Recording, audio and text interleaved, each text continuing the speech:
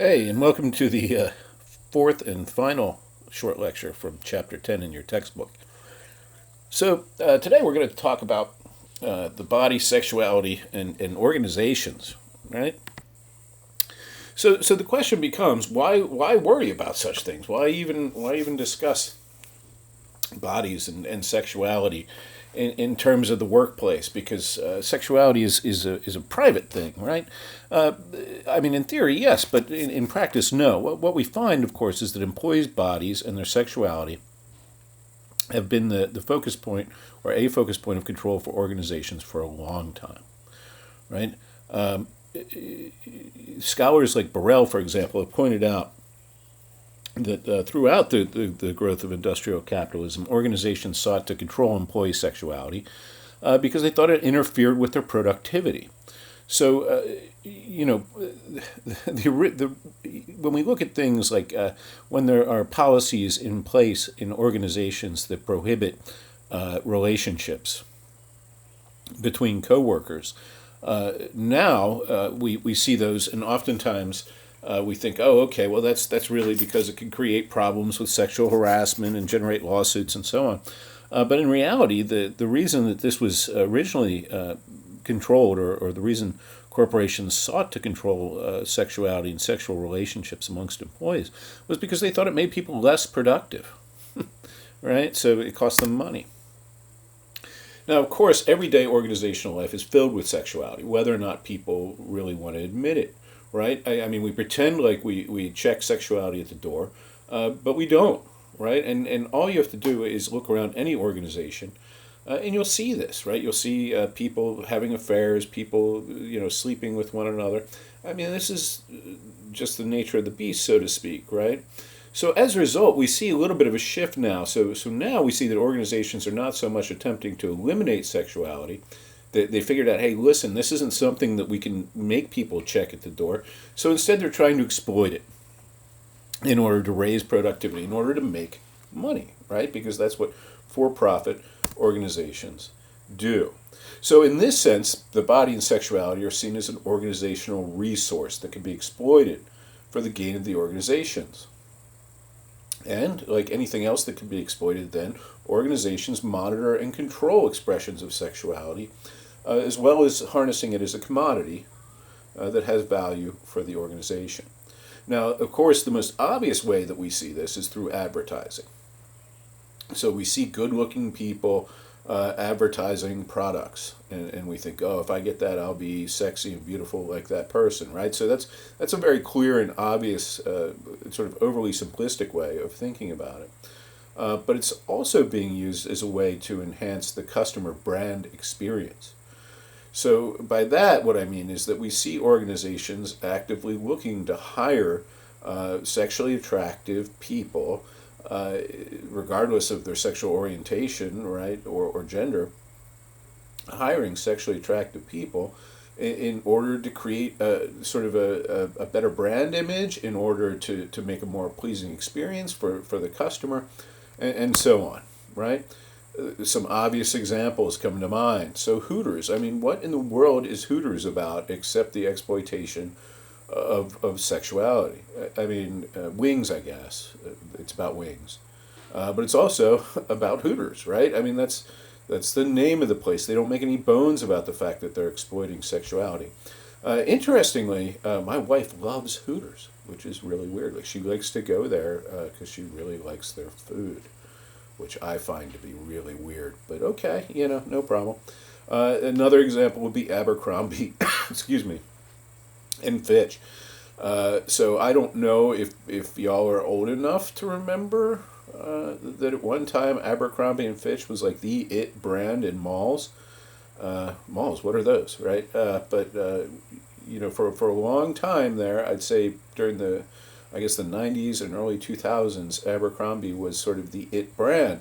And so they would routinely have these greeters, like male model looking guys hanging out by the door, greeting customers as they came in. So this was a blatant exploitation of male sexuality in the body in order to leverage their brand appeal, right?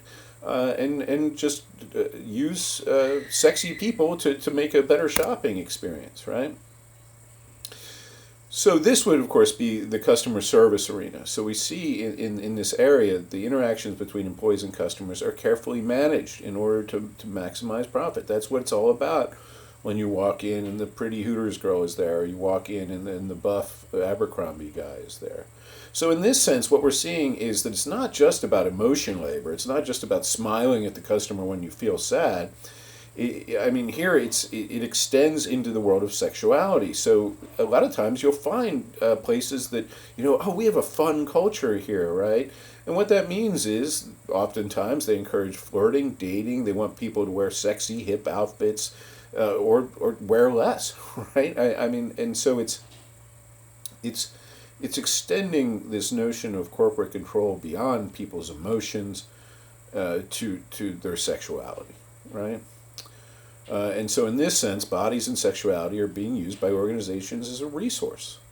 And it's one that's rationalized and submitted to various forms of control. And this is, of course, then a further breakdown of the line between work life and private life. And by the way, I should note that it's not just in places like retail establishments, like restaurants and the mall, right? I mean, I know a friend of mine is my kid's pediatrician. He's a doc, and he's always joking with me when we hang out about how pretty the women are that they send in as drug reps to sell him, to have him prescribe medications to his patients, right? And the truth is, if you've ever looked at these drug reps, they're beautiful people, right? So I mean, and it's clearly drug companies, exploiting sexuality in order to make sales, right? To control it and to make sales. So I won't make you watch this, but if you're interested in what Hooters training is like and the ways in which the organization seeks to control bodies and sexuality, this is an interesting look inside the organization. This is kind of fun too, since I try and do both sides every time I talk about things like sexuality and biological sex, right? And so this is a really kind of a fun video about this group of pranksters that got together, and it was like a whole bunch of guys, like 100 some guys, who went into an Abercrombie and took their shirts off and like walked around the place like the male models do. And it showcases just how absurd, in a way, it is that places like Abercrombie are exploiting the sexuality and bodies of their workers, right? Because it juxtaposes like the male model guy with like Joe Average guy over here, right? So again, kind of fun to watch if you're interested in such things. So let's keep rolling here through sexual harassment. Let's go a little bit further than I was going to go with this. So sexual harassment, what is it, right? So sexual harassment is unwelcome sexual advances or requests for sexual favors and other verbal or physical contact of a sexual nature. And specifically, it's this when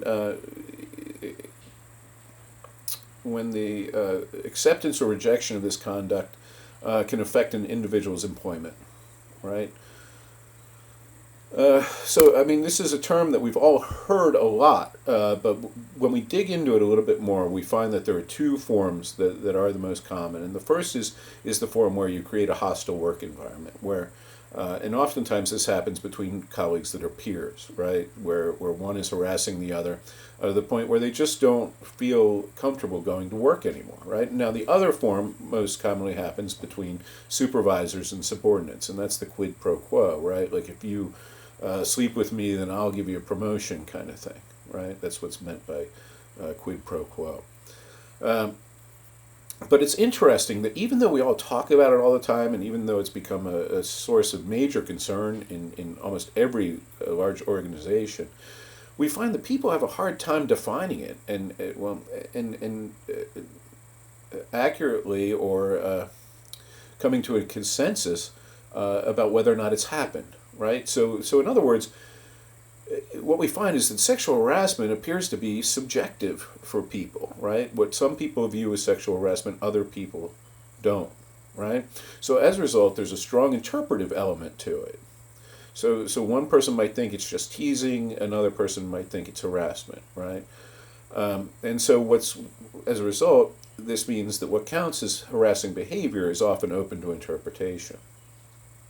So, for example, in an organization culture that tolerates or encourages sexual talk and flirting, right? Someone who feels harassed is more likely to have their concerns dismissed. Oh, that's just the way it is around here. We all joke around, and and that kind of thing, even though it might make them feel uncomfortable. So what we find through research is that the sexual harassment experiences of group members are often hidden from public view, and they're hidden in the ways that the people who, by ways that both the people who experience harassment and the institutions that create policies frame or give meaning to the behavior, right? So oftentimes you might see people saying, "Oh, it's just a misunderstanding," right? Or "Man, that's just the way it is around here." These are ways of framing harassment that minimizes and, of course, marginalizes the person who's feeling uncomfortable. So. Lately, there's been a lot of talk about resistant or emancipatory forms of sexuality. And this, of course, is related to the sexual revolution of the 1960s. So in the 1960s, we see the introduction of the birth control pill. And to a large degree, there's a sense of sexual liberation that we didn't see or feel in society prior to the 1960s. And so this expands the views of sexuality and sexual behavior in terms of what's acceptable socially and culturally, right? Now, of course, people maintain that sexual freedom is tied to political freedom, right? That you should be able to express your sexuality, and in doing so, of course, this makes a kind of political statement. So what we find is that sometimes, Burrell at least suggests, that sexual relations at work might be expressive of a demand not to be controlled, not to have your sexuality controlled.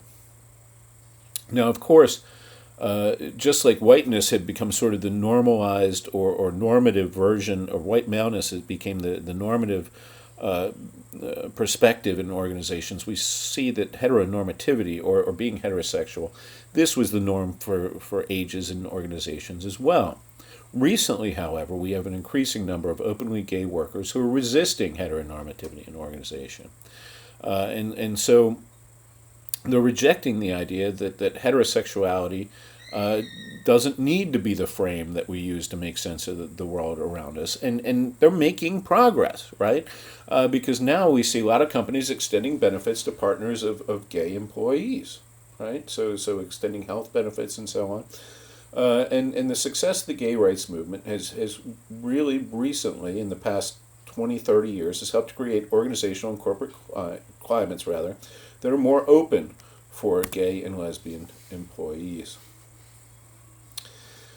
So one of the things that we find in discussions of gay sexuality is this notion of passing, right? So where you go to work and you don't reveal your identity and instead try and pass as heterosexual. And so Anna Spradlin has done a lot of work on this, and specifically she enumerates 6 strategies that she used in interacting with her coworkers, which are distancing, disassociating, right? So not acknowledging other homosexual workers, dodging topics of sexuality, distracting, which is all about sending false messages about your sexuality, denial, which is just not revealing your sexuality, and deceiving, which is consciously and deliberately sending misleading messages regarding your identity.